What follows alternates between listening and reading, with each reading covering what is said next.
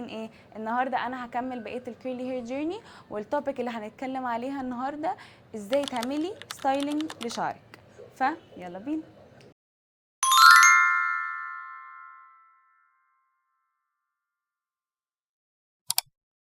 طيب انا رحت جبت الفوطه المايكرو فايبر تاول بتاعتي، قلت لكم عليها الفيديو اللي فات احنا ليه بنحتاجها. انا جبتها وحطيتها عشان انا طبعا شعري هيتبل. اول حاجه هبتدي ان انا ابل شعري. هجيب الازازه هبل شعري كله، لازم يكون شعري مبلول على الاخر.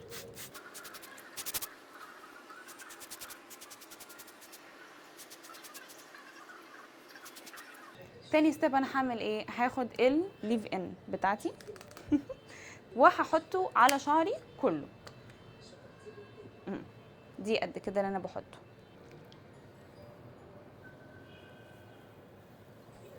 لازم اغطي شعري كله. طيب هل انا هكتفي بهذا القدر؟ لا انا هحط تاني لسه، بس كبدايه بحطه كله على شعري، وبعد كده ببتدي ان انا اقسمه نصين.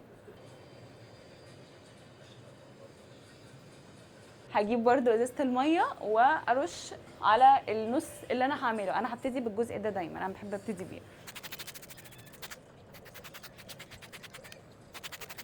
هروح اجيب البرودكت الليف ان واحط تاني على شعري. انا بحب من النوع اللي احط برودكتس كتيره على شعري عشان شعري ما يهش. انا عشان شعري الفتله بتاعته خفيفه فهو بيهش بسرعه. انا بالنسبه لي كل ما كترت كل ما احسن، خصوصا ان البرودكت اللي انا بحطه ده الليف ان هو خفيف اساسا، ولا بيلزق ولا حتى بينيم شعري ولا اي حاجه، فعشان كده هتلاقوني بحط منه كتير. هبتدي بقى اجيب سكشنز اهي اهو، والم ده كده واحطه كده اهي. اسرحه بقى الفرشه بتاعتي اللي قلت لكم عليها المره اللي فاتت، اعمل كده. ليه انا بعمل كده؟ علشان خاطر اوزع البرودكت كله لشعري. طيب الحته دي انا بالنسبه لي ما حسيتوش ان هو يعني مليان ميه، يعني مش بيدرب ميه، او اعمل ايه؟ هحط ميه تاني وهحط برودكت تاني عادي جدا. انت هتحسي من شعرك. قوم جايبه برودكت تاني على قد، يعني على قد الحته اللي انت بتعمليها حطي برودكت اهي. واهم حاجه برضو الاطراف، جيبيها للاخر من الاول للاخر، ما تلمسيش الروتس، الجذور بتاعت شعرك. جذور فروه راس. خلاص انا كده اتاكدت ان انا كل حاجه هنا توسعت وبقت تمام. هقوم بقى عامله ايه؟ هقوم جايبه الفرشه بتاعتي بينك واعمل كده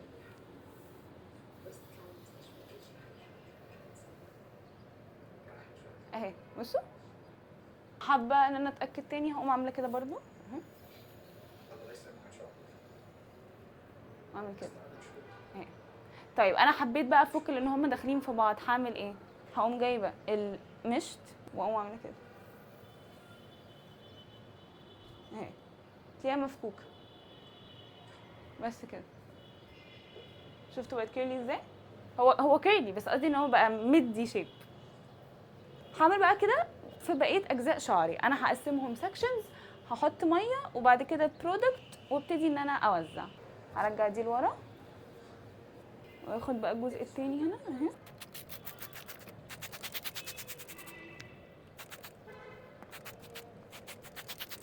اتاكدي برضو ان شعرك بيسقط ميه. احط اهي الكميه دي واعمل كده واعمل كده. ابتدي من فوق لتحت لان انا عندي الحته اللي فوق دي بتهيش اكتر، فانا باخدها من فوق لتحت. واخده الفرشه. لو عايزه فوليوم ممكن تعملي كده اهي كده، تبتدي تعمليها كده. انما لو انت مش عايزه فوليوم يعني وعادي، انت تبتدي بقى من اول هنا وتعملي كده. انا على حسب بصراحه، مش في كل وقت بحب ان يكون عندي شعري فوليوم. نقسم السكشن التاني. يعني انا الموضوع ده بيقعد معايا تقريبا ساعه، وحته ان هي تقعد تنشف دي بتاخد معايا اكتر، تقعد معايا ساعه تقريبا برضو. انت ممكن تقصري السكشنز اكتر من كده، بس انا عشان مستعجله فعشان كده انا واخده سكشنز كبيره. اهي لمدي كده اهي. ابتدي برضو ان انا ابل الحته اللي فوق.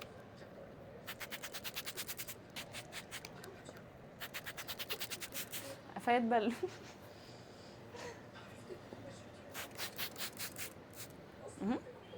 طيب لا، شوفي شعرك بيحب ايه. بيحب برودكت كتيره، حطي برودكتس كتيره. بيحب البرودكتس قليله، حطي برودكتس قليله. ده اللي بينفع مع شعري، فعشان كده هتلاقوني بحط كتير. انا في باقي فانا هحطه في الطرف ده عشان ايه، ابتدي ان انا اوزعهم. انا حابه تاتش فوليوم من الجزء ده، هبتدي اعمل كده اهي. هرجعهم لورا. الجزء ده انا هعمل فيها ايه ولا اي حاجه، انا هسيبها عشان ده الحته اللي في النص الكراون، تمام. فانا مش عايزه ان يبقى عندي فرق كده، لا انا عايزه ان هو اقدر اجيبها يمين اقدر اجيبها شمال، فانا دي هسيبها مع الجزء اللي هنا. هوريكم هعمل بقى الجزء ده زي ما عملت في اللي ورا بالظبط. بصوا اهو، استنى، بصوا شعري من ورا بقى ديفايند ازاي. الطول ده كله بعد كده بيروح فين؟ ليه شعري بيكش بعد كده؟ لان انا شعري كيرلي يعني قوي، فهو من كتر الكيرلز بتباونس اب كده، بتطلع لفوق، فهو بيبقى طويل في الاول، بعد كده مع الوقت الاقيه بيكش. طيب نفس الحاجه اهو، قسمتها سكشن كده. انا شعري لو بوروسيتي. يعني ايه لو بوروسيتي؟ يعني انا شعري مش من النوع اللي الميه بتلزق فيه، عشان كده انا بقعد لازم افضل ارش فيه. في ناس شعرها بيفضل مبلول على طول، لا انا شعري من النوع اللي بينشف بسرعه، فللاسف بضطر ارش كتير كده لغايه ما انا ظهري يتبل. ولا من فوق لتحت.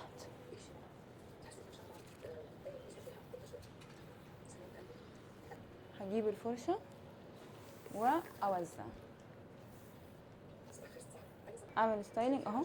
بصوا بعمل ازاي كده اهي. نفس الحاجه بقى،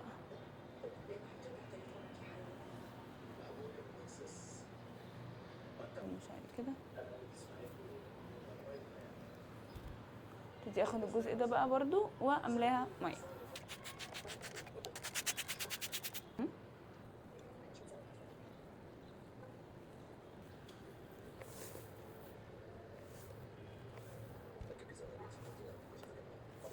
انا حسيت ان انا واخده جزء كبير، فانا هقسمها بصراحه، واخد الحته دي واعمل كده.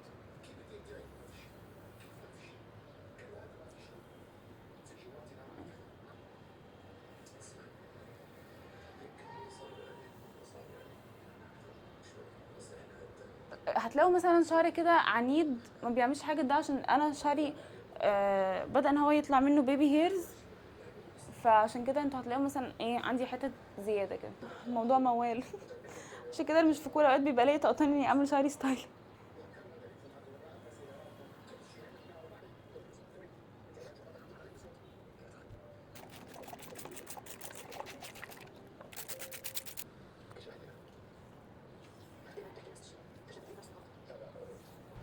واوزع. عايزه الحته دي بقى عندي برضو فوليوم، اعمل بقى الحركه دي.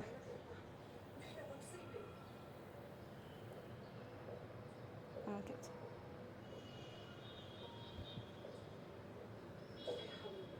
طبعا الحته اللي مش بتظبط معايا بديها واحده ايه فينجر كويل كده خفيف. دلوقتي وصلنا للنص النهائي. ان انا خلاص اهو شعري انا عملته كله، فاضل بس الحته الايه الجزء اللي في النص دي.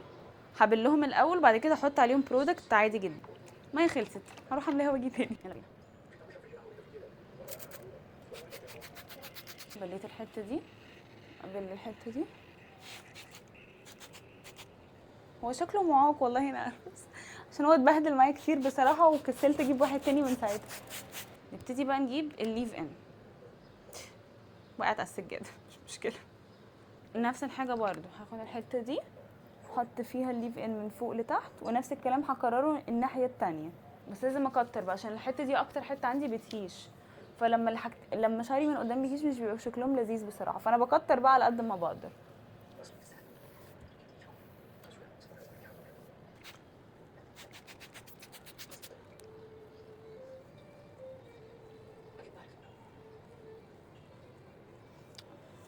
انا اتبهدلت انا كده كاني استحملت مرتين يعني. اوكي خلصت انا الجزئين دول. هقوم اعمل ايه بعد كده؟ هقوم جايباهم كده لقدام. هنا بقى المرمطه الحقيقيه. بالراحه عشان ما يتكعبلوش.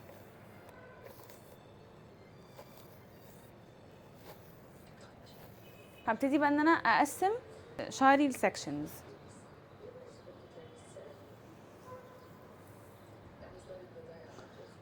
اتقسمت صح اهي. هقوم مسرحاها واتاكد ان كل حاجه متوزعه وان شعري مبلول كفايه. يعني انا مش حاسه ان هو مبلول كفايه، فهرش من هنا. هنا بقى التركيز قوي على حته الفوليوم عندي قوي، فانا بجيبها كده لقدام، بسرح، باخدها من هنا وسرح كده لقدام اهي، واعمل كده وارجها من الجنب كده، وبعد كده فلوب اوب. ادي اول جزء هتلاقي ان هي عملت تاتش الفوليوم شويه. هعمل برضو نفس الكلام لقدام، هقسمها يعني اللي يعرف يظبطها يظبطها، انا بكسل بصراحه. طبعا الحته دي بالنسبه لي مهم، فانا هزود برودكت بس من عند ايه، من فوق هنا. باخد حبه من هنا احط هنا، ابتدي ان انا اسرح لقدام برضو اهي، واعمل كده واعمل لها شيك، وابتدي ان انا ارجع. اخر بقى ستيب عندي دي مش محتاجه ان انا اقسمها خلاص، دي اخر جزء، بس دي محتاجه ان انا ابلها كويس قوي. هعمل بقى كده خلاص، اخر بقى جزء هعمل كده واطلع لقدام واعمل شيك. انا ما بحبش انه حته ان شعري بيبقى عامل كده من تحت، فبقوم عامله كده اهي، حسوها ظبطت. بعد كده اقوم مرجعها لورا خلاص. الدولاب عندي اتبهدل. ما هو العيب بقى من الكلام ده كله ان بجد الارض وكل حاجه حواليا تتبهدل كريم، حتى انا يعني. بس هو الموضوع متعب وبياخد وقت طويل جدا، بس في الاخر بصراحه بيبقى شكلي حلو بصراحه. هبتدي اعمل بقى ايه بقى، اعمل سكرانش. بس انا لسه ما حطيتش الجل عليه المره اللي فاتت دي. الجل المفضل بالنسبه لي بصراحه، ما بحطش كتير يعني، هو يعني نتفه قد كده، ما بحبش اكتر حاجه. هجيب ايدي كلها كده، والحركه اللي هتبهدلني دلوقتي اجيب شعري برده كله لقدام، ده لازم يكون منظري. احاول على قد ما اقدر ما بوظش الكيرلز، بس اخلي الجل كله يتفرد عليه. اعمل سكرانش اهي، سكرانش. ما تكتريش من فكره السكرانش دي عشان شعرك ما يهش، انا بحاول اتفادى فكره الهيشان، بس الحركه دي بتدي فوليوم اكتر بصراحه. لو عايزه شعرك يكون نايم ما تقعديش تعملي اللي انا بعمله ده، بس هو في الاخر بيبقى بصراحه نتيجه لذيذه. هو ده بقى اللي بيأثر شعري، يعني انا شعري هو طويل وبيأثر مره واحده بسبب ان انا بعملها سكرانش.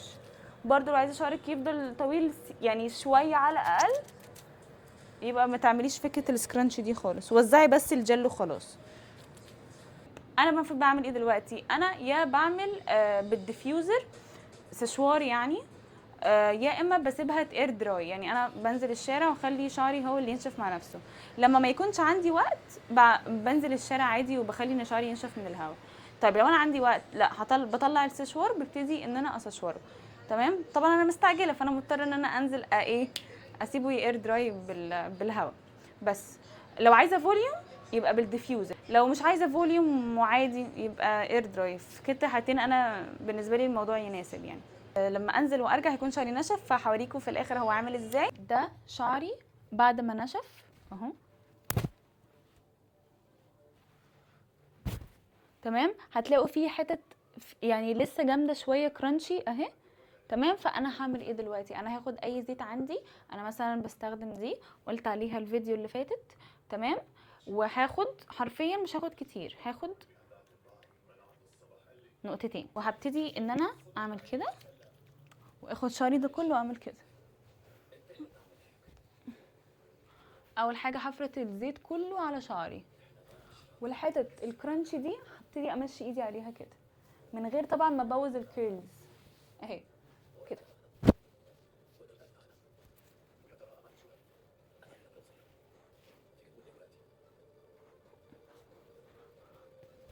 شعري بقى كله فيها زيت، هبتدي بقى ان انا اعمل فكره السكرانش بقى. هجيب شعري كله لقدام ماشيه اهي كده، وابتدي اعمل كده افلفت بس من فوق.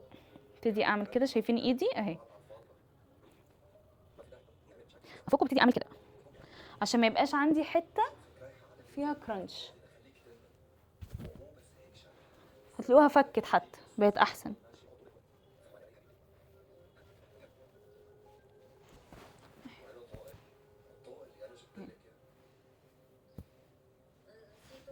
على حسب بقى، عايزين تجيبوها على اليمين جيبوها على الشمال، عايزين تجيبوها من النص. انا المره دي خليتها من الجنب كتجديد يعني.